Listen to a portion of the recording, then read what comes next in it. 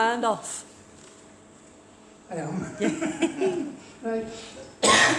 Last week, we started a 3-week study of the armour of God, and we looked at the belt of truth and the breastplate of righteousness. And these are all important. These are two important things we need to look at. And tonight, we'll be looking at two more pieces of the armour, and the third piece is the shoes of the preparation of the gospel of peace. And then we'll have a look at the shield of faith. Ephesians chapter 6, verse 15. Just checking. And your feet shod with the preparation of the gospel of peace.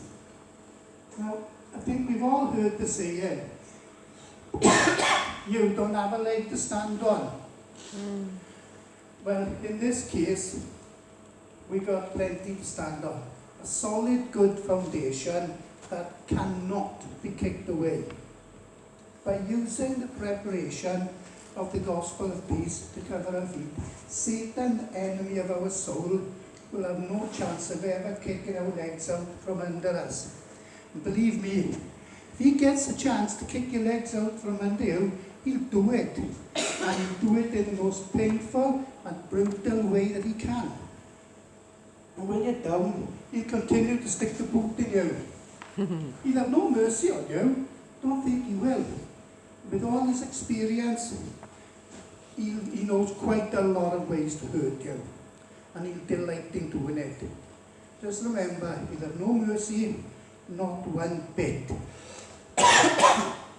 Now, the expression, shoes of the preparation, the gospel of peace, is sometimes shortened to the shoes of peace, or the shoes of the gospel. But that's not a good idea, because as we'll see, the whole phrase is important. So we'll be having a look at what the meaning of the preparation of the gospel means. But first we need to look at the shoes themselves.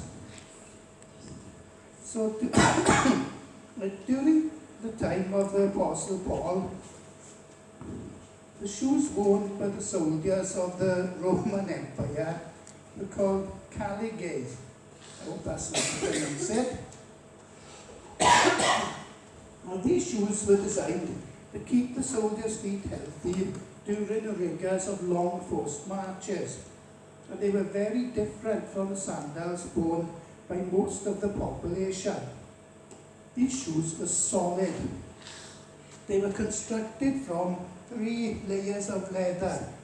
These were pulled up and laced around the ankle. As you can see, the different ones I think there, but never mind. I got the nicer looking ones. You got the posh ones. I got the posh ones. You got the posh ones. So the caligae helped to protect against blisters and foot diseases. In addition, there were small spikes or iron hobnails driven into the soles of the shoes in order to give firm footing on uneven ground. If you imagine how the soldiers is marching one behind another, and the shoes weren't solid, didn't give a grip. Every so often as you march, one of them went, that's could happen. And if all one's behind, they would fall. I know, it wouldn't look good for the Roman army, would it? So the whole group would just fall over. And in just the same way, whether you take part in spiritual warfare or not, you may slip in such a way that allows Satan to bring the church down, or to damage it, certainly. So keep yourself on the straight and narrow, and make sure you got these shoes on. Now, a soldier's shoes, they formed the foundation of his armament.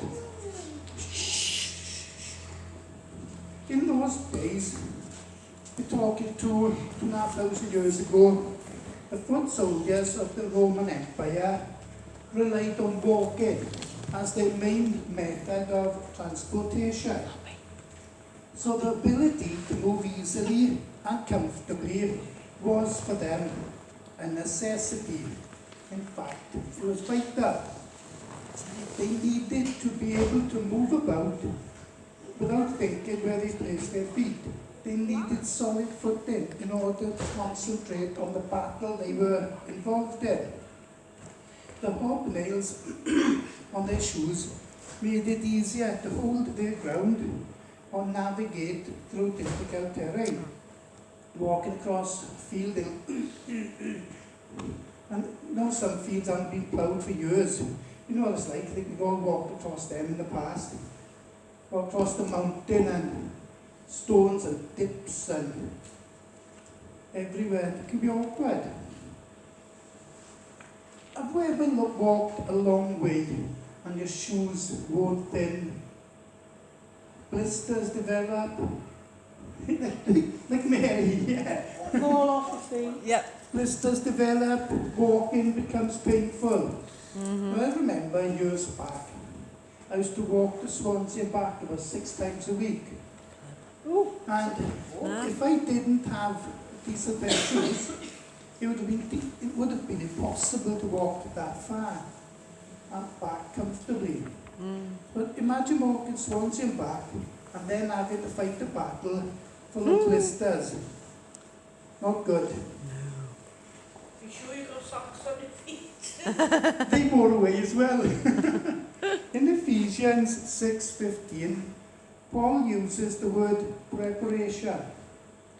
The way that he means it comes from the Greek word hetoimasia. I think that's how it's pronounced. Too bad if it's not. And Vine's complete expository dictionary of Old and New Testament words says this. The gospel says this about the word hetoimasia. Yeah, that one. In this context. Stop laughing. The gospel itself is to be the firm footing of the believer, his walk being worthy of it, and therefore a testimony in regard to it.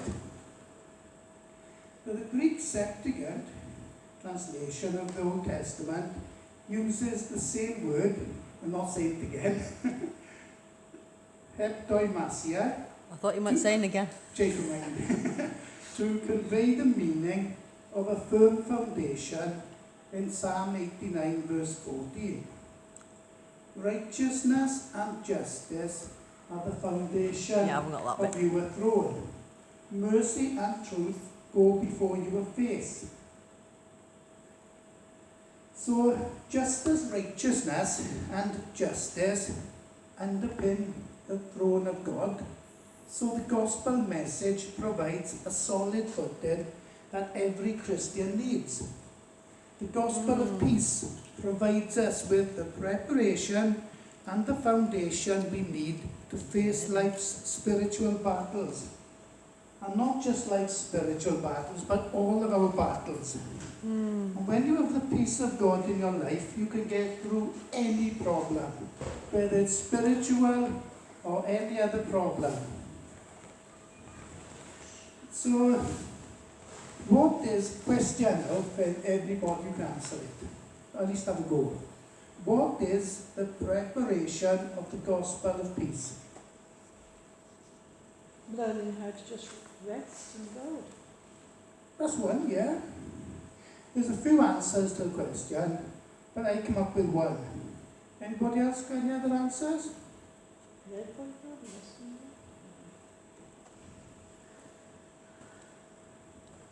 I have, but I've just realised it's in your paper, so I'm not going to say it. I just went, oh yeah, you think I'm copying? No. It's fine, carry on. Now, when I was doing my research for this talk, I came across a few answers to this question. And the one that made the most sense to me is, it's a spiritual shoe designed to aid our movement and our defense. I thought, yeah, that makes sense. I'll go with that one. Now, to me, the gospel of peace is good news. Yeah. This, isn't it? It's good news. God forgives us, and then he gives to us. What could be greater news for a helpless human being wallowing in sin, going to be damned for eternity? God takes this helpless, useless, weak, stupid human being and fills him with an eternity of glory. That's good news to me. Even the problems we see around us, every day of the week, are too thin a veil to darken the joy of the good news of Jesus. Jesus came, taught God's message, died on the cross for us, rose again, so we can be forgiven and go to heaven. That is the good news. The preparation of the gospel of peace equips us with something to give to people who don't know Jesus. Most people out there don't know him. They just know it, his name is a swear word. But we have the gospel of peace, and we can give it. We can give this gospel of peace, this message of peace, to the people out there. And let's face it, it's badly needed in this world right now. This world's in a mess. There's no sign of it getting better. So, the foot is to the body what the will is to the soul. Oh, nice. Think about it. We go wherever our will takes us. Same as I'm walking now. Exactly the same thing, isn't it? People, I think, that includes every one of us, set their mind on doing many things. Some climbed Mount Everest, thinking, yes, I've done it. One of that elite few. And others then have fought long, hard wars, because their mind has been set on these things. Others then be set on digging a garden. Or, I don't know, walking to a certain place and back. They've done it. But the gospel sets the will of the Christian.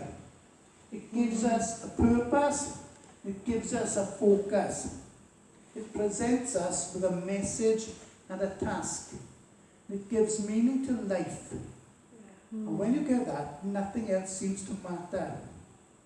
There's no calling without the gospel, no sacrifice without an understanding. When the will and heart are prepared, ready to serve Jesus, the Christian's feet are shod. They are prepared and equipped to face any trouble he must go through to complete the task ahead. Now Paul, as we all know, was an evangelist, an apostle. He was going around preaching the word of God, he was setting up churches, and he was convinced that there was nothing that could separate him from the love of Jesus Christ. He understood this love. He knew the good news, and no bad news of any kind could ruin it. And the time he'd spent preparing himself in the Word when he first became a Christian was bearing fruit during times of trouble. That's why we need to prepare ourselves while we still can. Because trouble's on the way. And make no mistake, it's coming. And it's already started. But things are going to get much worse than they already are. Now, a solid belief and grounding in the gospel of peace brings hope to a Christian's life. That hope should keep us unmoved and moving in a straight line towards our target. Our target should be, there's Jesus. I'm going to keep on going, heading that way, no matter what gets in the way. I'm going to keep going to Him. No matter what hurdles are put in my way, I'm going to Jesus. He's there. That's where I'm going. Colossians chapter 1, verse 21 to 23. And you who once were alienated and hostile in mind, doing evil deeds. He has now reconciled in his body of flesh by his death, in order to present you holy and blameless and above reproach before him.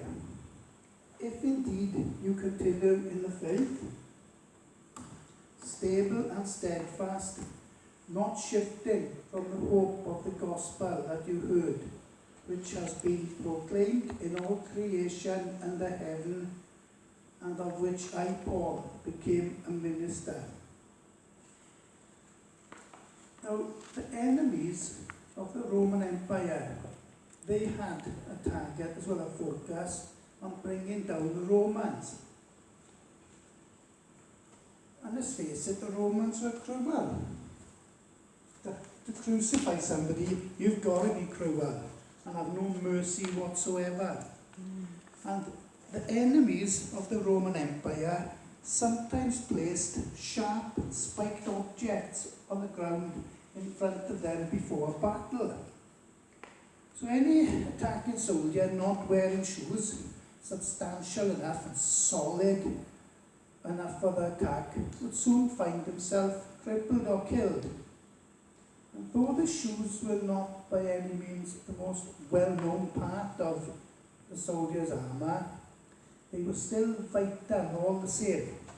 And it's true, the same is true where the armour of God is concerned. Our enemy, Satan, the devil, will use every opportunity you give him to litter your path with distractions, traps, hurdles, problems, anything.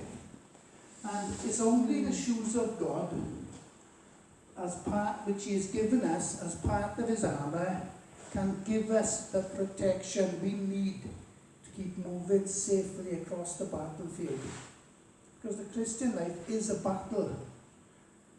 Once you become a Christian, you're attacked by Satan. No two ways about it. You are attacked by him. He's looking. Other people, he's already got them. But a Christian, he hasn't got you anymore. And he's looking for every way to get you back. So, we keep our minds focused on the Word of God, the gospel of peace. And at the core of everything, we have the gospel, the good news, the proclamation and the promise of the kingdom of God. It's real, it exists, and Jesus is coming soon. The gospel message is at its core a message of the peace that will envelop the entire world when God establishes his kingdom on this earth. And when we wear that gospel of peace like shoes on our feet, it provides us with a preparedness, a firm foundation. And that allows us to keep a sure footing in life's more difficult moments. There's a famous quote. Its origin is unknown. And it goes like this. If you're going to talk the talk, you also have to walk the walk. Yeah. How many times have you seen people who say it all, they don't follow it up? Mm-hmm. There's another version that could be put up or shut up. Yeah. It's also a case in spiritual warfare, put up or shut up. So prepare yourself to follow Jesus no matter what happens to you. And this is not the grasping of doctrines, but mainly the laying hold of the love of God. Question for you. Oh, yes. Are you prepared to serve God no matter what? The other one. Are you prepared to acknowledge him no matter what? Even to the point of death? I hope so, but can we say it? Wayne, answer that question yourself. Yeah, you can. I think it would depend on commitment, because the way I see it is, Jesus died for us. How could we say no, No. to him? And anyway, if you die as a martyr, you know where you're going. And you'll have a martyr's crown. Yeah. So, why would you say no? What's the most they can do? Kill the body. It's going to die anyway. Exactly. Exactly. But I'm 58 now. Oh, man. I know. Oh, conch. If I live till 80, well, that's 22 more years, yet, may I say no? If I live till 80, it's 22 more years, and my health would deteriorate. So if it's say 2-3 years' time, I was a martyr, well, great, I've gone with my health to a certain point intact, and I'm not there. Okay, down at you lot good. You're not separate. And the spirit Exactly. the spirit is willing, but the flesh is weak. And I say I hope I can. That's all I can say. I'd like to think I could. I think you would. Knowing you, Alison, I think you would. A body is only a vessel that carries our heart and soul. Yeah. Exactly. Yes, because It doesn't belong to us. We're just a rented vessel of God. This does not belong to us. No. So why don't we just give it up to him? Yeah. Like you said, there's no point because this does not belong to us. We're here for him. All this belongs to him. My body back anytime I want, like, so I'm God gives us words to say, it says as well. Exactly. So Jesus died for us. How could we say, no, I'm not dying for you? That's my take on it. If God wants me to go, lay my life down for him, I will do it. Whether it's when a number's called, we go home anyway. exactly, whether it's 6 months from now, a year, 2 or 3 years, I would do it. If you ask me, personally speaking, I would say yes. So, what I would suggest is, if you have doubts as to whether you would do it, seek God's face more and more and more. Yeah. Develop that relationship with Yes. Him. So you can say, I'll do it for you. You just go like that, yes. If God said, will you be a martyr for me? You just go, yes. So you'll have no doubts, no hesitation. You won't even have to think about it. Anyway, so what is the gospel? Truth, the word, the truth. What does the word gospel stand for? Good news, isn't it? Spot on. So, make sure you understand the message of the gospel that we are taking to the world. Whether you're a singer, writer or teacher, makes no difference. We all have one message and focus, and that is to spread the love of Christ. And this is something every one of us has to do. Prepare yourselves. As Scripture says, 2 Timothy verse 4, or chapter 4 verse 2. Preach the word, be instant, in season, out of season, reprove, rebuke, exhort with all long suffering and doctrine. And long suffering doesn't mean, oh, I'm suffering, I'm having a hard time. It means patience. Patience, yeah. It's the word they use in Old English. Lovely, So I suppose sometimes when it could be long suffering, could have patience for some people. we need a lot of that. Not with me though. Oh yeah, you're the most. I don't know so much. You don't get left out, me. you tell him, Ellen. Go on, girl. So increase your knowledge of the Bible and whatever ministry God has called you to serve Him in. Pray every day, and the more time you spend in prayer, the better. You Yeah. develop a close Yes. relationship with God.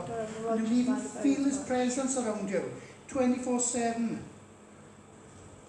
The more time you spend in prayer with Him, the far better you'll be. So take my word on that, right? I've done it and I can feel His presence everywhere. That's what I do. I asked God once, because I'm really sort of hooked onto revival.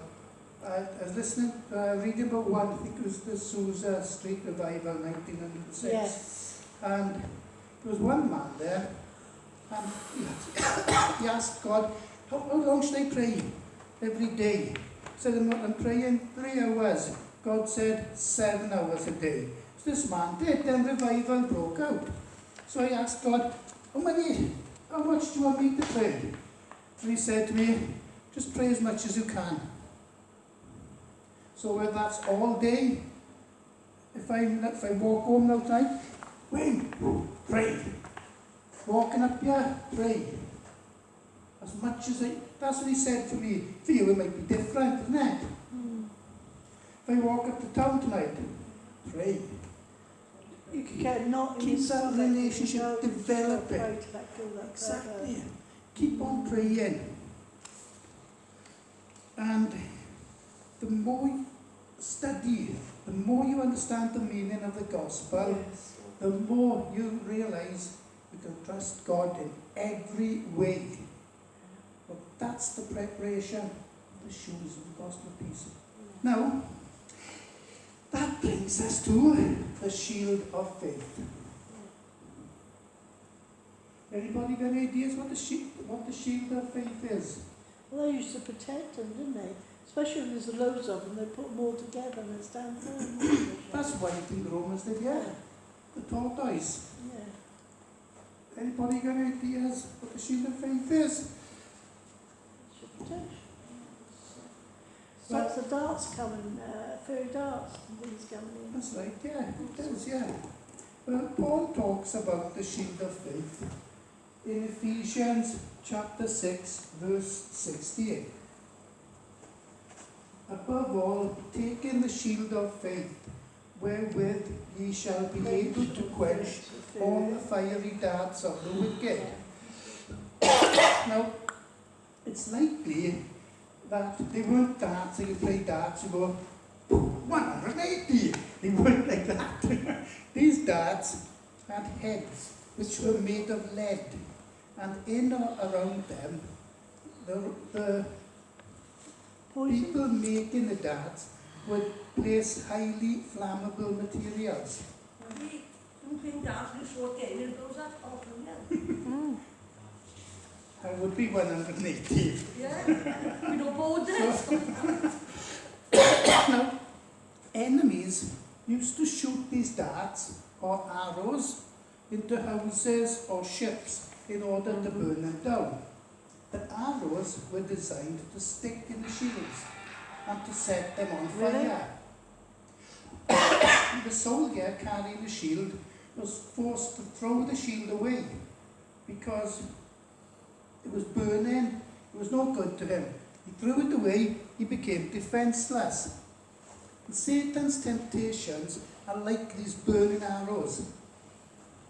But these burning arrows are evil thoughts. It's pushed into the person's mind. Have anybody ever had a thought and suddenly thought themselves, that's not my thought, how was that in my head? Yeah, many times. I've had that. Many times. They put thoughts into your head, they're clever. They don't say, you think this. They say, like, they don't say, you don't want to go to church this morning. They say, I don't fancy going to church this morning. You think there's your thought, but they put it in your mind. Or you suddenly think, how did I think that? That's not me. I don't believe that. I wouldn't do that. How did that thought come in my mind? That could be me. What did we say?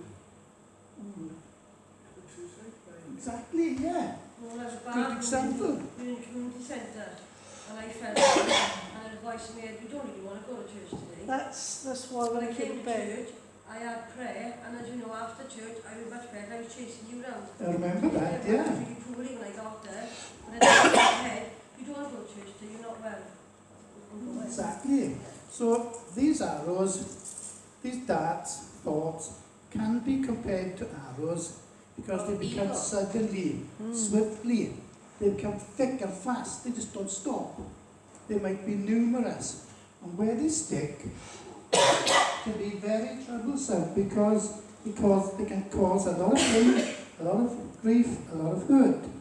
And they're called burning because they serve to set alight to passions, into acts of transgression, which is going against God's will, and things such as lust, anger, revenge, to incite your soul into sinning. As you take hold of that thought, if you don't take hold of it, it's not a sin. If you think, I'll do that, you go and you do it, you're taking hold of that thought, and you're doing it, whatever that thought is, then it becomes a sin. And if these thoughts are not repelled, they can bring damnation to hell. Not if you're saved, but if Satan finds a need to, he sends these fiery darts or arrows into somebody unsaved to keep them away from church. So remember that God is our shield of faith through our faith in Jesus. This faith, this shield, will quench any dart of the devil. When they pass through your mind, they never make you passionate about doing something bad. You can catch them with this shield of faith, blunted and extinguished. The darts are coming at you, just lift the shield up, boom. I'm not having that. In just the same way, God's word is a shield against false doctrines and the schemes of Satan. Now, the Roman shield itself, or scatum, that's the way it's pronounced, was a central part of the soldier's defense. The scatum of the 1st century was rectangular in shape and rounded on the ends. And it was typically made from 2 sheets of wood glued together, then covered with canvas and leather. And the canvas and leather would be soaked in water to protect against the flaming arrows shot at the soldiers. And it weighed about 22 pounds, which is quite a lot of weight to have to carry about with you. Imagine having to walk 20 miles, fight the battle, carrying that with you. I know, right, when I'm going to sleep, stick fight the battle, and then sleep. It was, yeah, I'd say, Sally, you can. It was about 40 inches high and 30 inches across. And there was a metal piece in the center, across the center of the shield. So it could be used as a weapon to punch and push their way forward.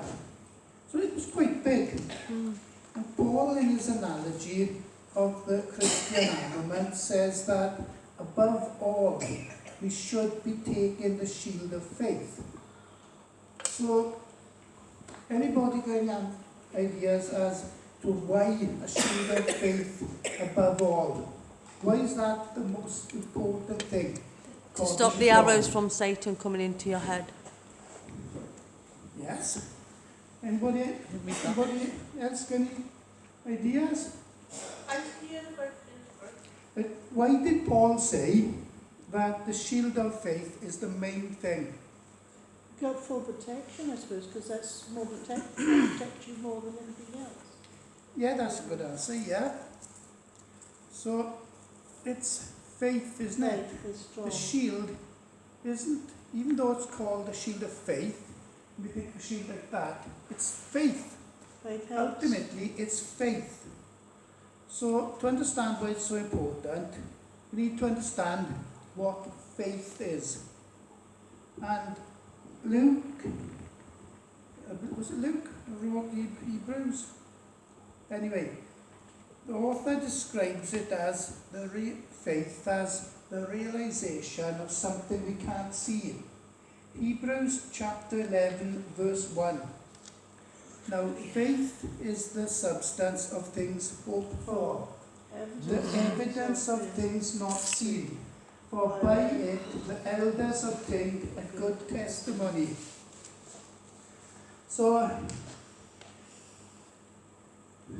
the word faith in the New Testament is translated from the Greek word, I don't know if this again is the right pronunciation, but pistis.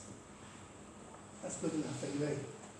And Vine's Complete Expository Dictionary defines it as firm belief. So faith is an unshakable belief in the promises of God. And Hebrews 11 is the Bible's faith chapter. It highlights men and women who died in faith, not having received the promises of God yet, but having seen them from a distance. They were assured of them, they embraced them, and confessed that they were strangers and pilgrims on the earth. Hebrews 11, chapter 13. These all died in faith, these all died in faith, not having received the things promised, but having seen them and greeted them from afar, and having acknowledged they were strangers and exiles on the earth. Their faith, their unshakable faith in God's promises, allowed them to overcome Satan's attacks and traps. If we take Moses, as Hebrews 11, 24 to 26 tells us, he became of age and he refused to be called the son of Pharaoh's daughter. Instead, he chose to be a slave with the people of God rather than enjoy passing pleasures of sin, esteeming the reproach of Christ greater riches than the treasures in Egypt, and he looked forward to the reward. I mean, it's unlikely that Moses was considered a prince of Egypt.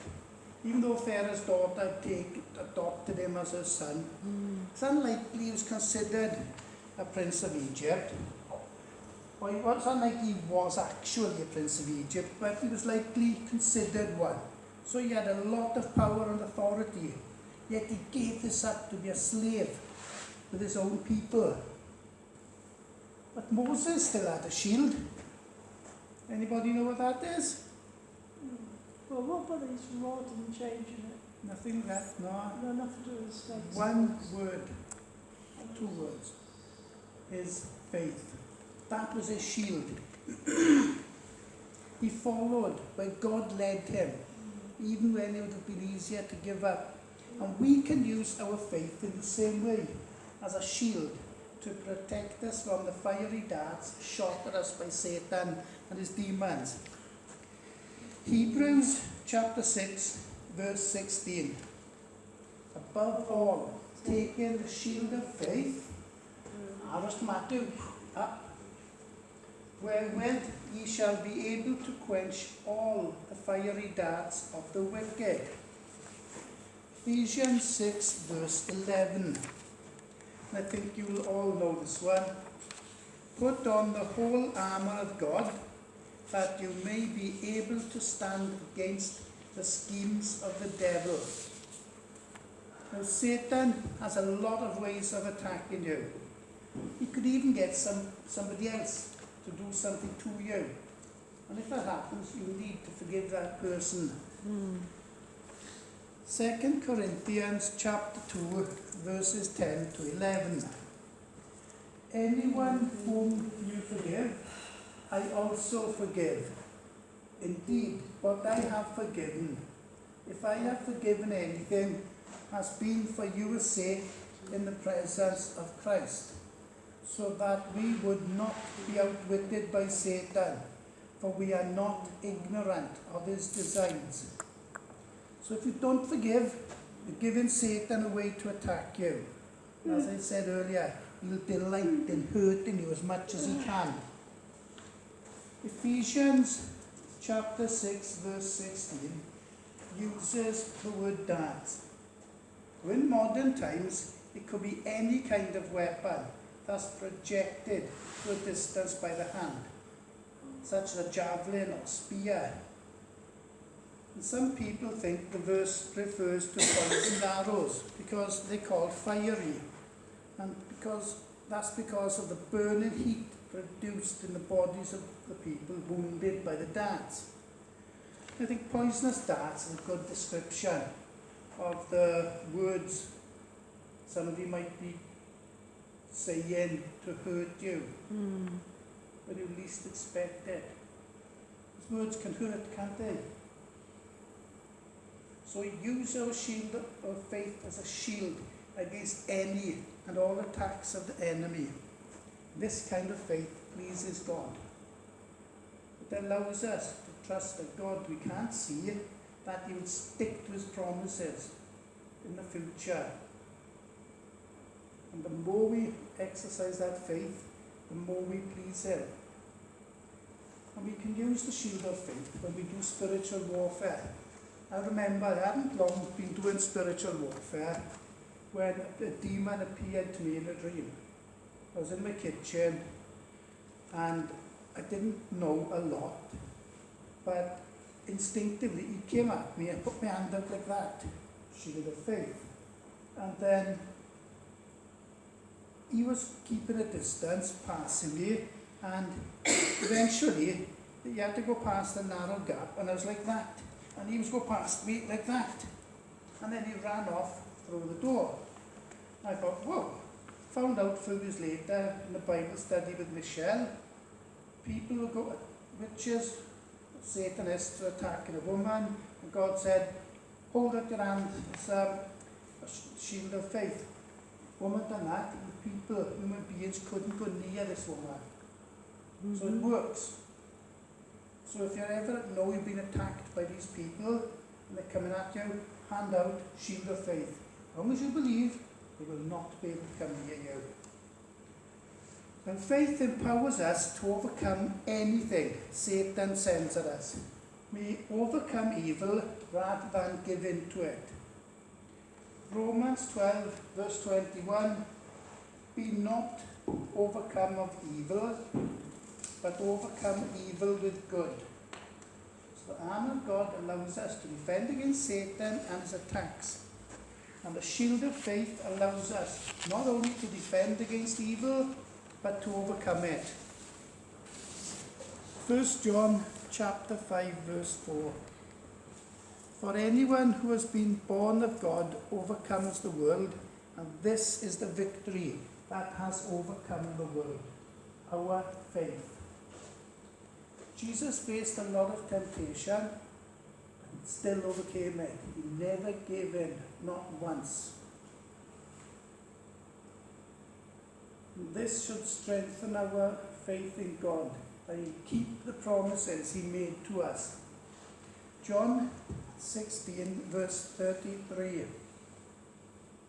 These things have I spoken to you, that in me you may have peace. In the world you have tribulation, but be of good cheer. I have overcome the world.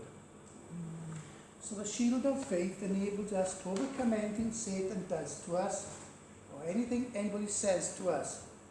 If you haven't faced it sometime or other, you probably will. It's happened to me with family members saying things that I didn't understand then, but I can see now were intended to undermine my faith. It never worked. And don't let it happen to you either. We can use the shield to shield each other, not just ourselves. The Roman soldiers in Paul's day were sometimes attacked by a shower of arrows coming upon them from above. Could be attacking a siege in a walled city or fortified hill. And people, the defenders, would be shooting arrows down at them, throwing stuff down onto them. So what they did was they used a formation known as the testudo, or tortoise formation. And what they did was they formed a tight square, they put their shields above them and around the sides and at the back. That way, whatever was thrown onto them wouldn't touch them. It was very hard for something to get through. Now, similarly, those in the back done the same thing. They did. So they were completely surrounded. And the Greek historian Plutarch described the testudo as follows. This is the way he described it. But the full-armed infantry facing round received the light troops within, and those in the first rank knelt on one knee, holding their shields before them. The next rank holding theirs over the first, and so again others over these, much like the tiling of a house or the rows of seats in a theatre, the whole affording sure defence against arrows which glance upon them without doing any harm. Satan's arrows bounce off you and do no harm if we protect each other. Paul spoke of the need for everybody in churches to be joined together, helping each other, very much like these soldiers. Ephesians 4 verse 16, from whom the whole body, joined and knit together by what every joint supplies, according to the effective working by which every part does its share, causes growth of the body for the edifying of itself in love. There's one area of the Roman soldier that was deliberately left